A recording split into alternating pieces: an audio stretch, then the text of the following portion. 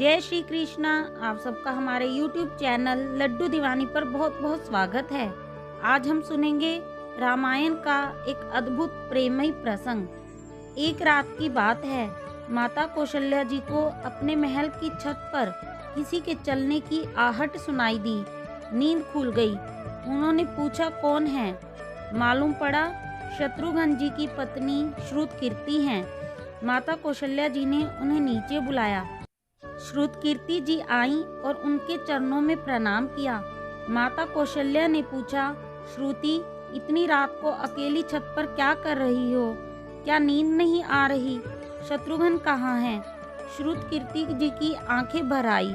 माता की छाती से चिपट गई, गोद में सिमट गई और बोली, माँ, उन्हें तो देखे हुए 13 वर्ष बीत गए। उफ! कौशल्या जी का हृदय कांप कर झटपटा गया। तुरंत आवाज लगाई। सेवक दौड़े आए। आधी रात को ही पालकी तैयार हुई। आज शत्रुघ्न जी की खोज होगी। माँ चली। आपको मालूम है शत्रुघ्न जी कहाँ मिले?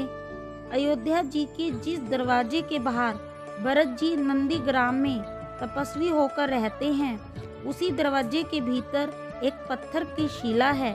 उसी शिला पर अपनी बाह का तकिया बनाकर लेटे हुए मिले। माँ सिरहाने जाकर बैठ गई। बालों में हाथ फिराया तो शत्रुघ्न जी ने आंखें खोली। उठे, बोले, माँ, और उनके चरणों में गिर गए। आपने क्यों कष्ट किया? मुझे बुलवा लिया होता।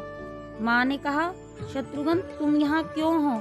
शत्रुघ्न जी रोने लगे। बोले, माँ, भैया राम जी पिताजी की आज्ञा से वन चले गए। भैया लक्ष्मण जी उनकी सेवा के लिए उनके पीछे चले गए। भैया भरत जी भी नंदीग्राम में हैं। क्या ये महल, ये रथ, ये राजसी वस्त्र विधाता ने मेरे लिए ही बनाई हैं? माता कौशल्या जी निरुत्तर रह गई। देखो, क्या है ये राम कथा? ये भोग की नहीं, त्याग की कथा है। यहाँ त्याग की ही प्रतियोगिता चल रही है और सभी आगे हैं, कोई भी पीछे नहीं है। चारों भाइयों का प्रेम और त्याग एक दूसरे के प्रति अद्भुत, अभिनव और अलौकिक है। रामायण जीवन जीने की सबसे उत्तम शिक्षा देती है। भगवान राम को 14 वर्ष का वनवास हुआ तो उनकी पत्नी माँ सीता ने भी सहर्ष वनवास स्वीकार कर लिया। परंतु बचपन से ही बड़े भाई की सेवा में रहने वाले लक्ष्मण जी कैसे राम जी से दूर हो जाते? माता सुमित्रा से तो उन्होंने आज्ञा ले ली वन जाने की, परंतु जब पत्नी उर्मिला के कक्ष की ओर बढ़ रहे थे तो सोच रहे थे कि माँ ने तो आज्ञा दे दी, परंतु उर्मिला को कैसे समझाऊंगा, क्या बोलूंगा उससे? यही सोच विचार के लक्ष्मण जी जैसे ही अपने कक्ष में पहुँचे तो देखा कि उर्मिला जी आरती का थाल लेकर खड़ी हैं और बोली, आप मेरी चिंता छोड़कर प्रभु श्री राम की सेवा में वन को जाएं। मैं आपको नहीं रोकूंगी। मेरे कारण आपकी सेवा में कोई बाधा ना आए, इसलिए साथ जाने की जिद भी नहीं करूंगी। लक्ष्मण जी को कहने में संकोच हो रहा था, परंतु उनके कुछ कहने से पहले ही उर्मिला जी ने उन्हें संकोच से बाहर निकाल दिया। वास्तव में यही पत्नी धर्म है। पति संकोच में पड़े उससे पहले ही पत्नी उसके मन की बात जानकर उसे संकोच से बाहर निकाल दे। लक्ष्मण जी चले गए, परंतु 14 वर्ष तक उर्मिला ने एक तपस्विनी की भांति कठोर तप किया। मेघनाद से युद्ध करते हुए जब लक्ष्मण जी को शक्ति लगी और हनुमान जी उनके लिए संजीवनी का पर्वत लेके लौट रहे होते हैं, तो बीच में जब हनुमान जी अयोध्या के ऊपर से गुजर रहे थे तो भरत जी उन्हें राक्षस समझकर बाण मारते हैं और हनुमान जी गिर जाते हैं। तब हनुमान जी सारा वृतांत सुनाते हैं कि सीता जी को रावण हर ले गया, लक्ष्मण जी युद्ध में मूर्छित हो गए। ये सुनते ही कौशल्या जी कहती हैं कि राम को कहना लक्ष्मण के बिना अयोध्या में पैर भी मत रखे, राम वन में ही रहे। माता सुमित्रा भी कहती हैं कि राम से कहना कि कोई बात नहीं, अभी शत्रुघ्न है, मैं उसे भेज दूंगी। मेरे दोनों पुत्र राम सेवा के लिए ही तो जन्मे हैं। माताओं का प्रेम देखकर हनुमान जी की आंखों से अश्रुधारा बह रही थी, परंतु जब उन्होंने उर्मिला जी को देखा तो सोचने लगे, ये क्यों एकदम शांत और प्रसन्न खड़ी है? क्या इन्हें अपने पति के प्राणों की कोई चिंता नहीं? हनुमान जी पूछते हैं, देवी, आपकी प्रसन्नता का कारण क्या है? आपके पति के प्राण संकट में हैं। सूर्य उदित होते ही सूर्य कुल का दीपक बुझ जाएगा। उर्मिला जी का उत्तर सुनकर तीनों लोकों का कोई भी प्राणी उनकी वंदना किए बिना नहीं रह पाएगा। उर्मिला बोली, मेरा दीपक संकट में नहीं है, वो बुझ ही नहीं सकता।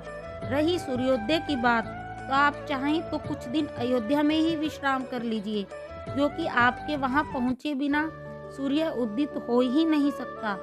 आपने कहा कि प्रभु श्री राम मेरे पति को अपनी गोद में लेकर बैठे हैं। जो योगेश्वर प्रभु श्री राम की गोद में लेटा हो, काल उसे छू भी नहीं सकता। ये तो वे दोनों लीलाएं कर रहे हैं। मेरे पति जब से वन गए हैं तब से सोए नहीं। उन्होंने ना सोने का प्रण लिया था, इसलिए वे थोड़ी देर विश्राम कर रहे हैं। और जब भगवान की गोद मिल गई तो थोड़ा विश्राम ज्यादा हो गया। वे उठ जाएंगे। और शक्ति मेरे पति को नहीं लगी, शक्ति तो प्रभु श्री राम जी को लगी है। मेरे पति की तो हर श्वास में राम है, हर धड़कन में राम, उनके रोम रोम में राम है, उनके खून की बूंद बूंद में राम है। और जब उनके शरीर और आत्मा में ही सिर्फ राम है, तो शक्ति राम जी को ही लगी, दर्द राम जी को ही हो रहा है। इसलिए हनुमान जी, आप निश्चित होके जाएं, सूर्य उदित नहीं होगा। राम राज्य की नींव जनक जी की ही बेटियां थी, कभी सीता तो कभी उर्मिला। भगवान राम ने तो केवल राम राज्य का कलश स्थापित किया, परंतु वास्तव में राम राज्य इन सबके प्रेम, त्याग, समर्पण और बलिदान से ही आया। जिस मनुष्य में प्रेम, त्याग, समर्पण की भावना हो, उस मनुष्य में राम ही बसता है। कभी समय मिले तो अपने वेद, पुराण, गीता, रामायण को पढ़ने और समझने का प्रयास करें। जीवन को एक अलग नजरिए से देखने और जीने का सुअवसर मिलेगा। लक्ष्मण सा भाई हो, कौशल्या माई हो, स्वामी तुम जैसा मेरा रघुराई हो, नगरी हो अयोध्या सी, रघुकुल सा घराना हो, चरण हो राघव के जहाँ मेरा ठिकाना हो त्याग भरत जैसा, सीता सी नारी हो, लवकुश के जैसी संतान हमारी हो, श्रद्धा हो श्रवण जैसी, शबरी सी भक्ति हो, हनुमान के जैसी निष्ठा और शक्ति हो। ये रामायण है, पुण्य कथा श्री राम की। जय श्री राम।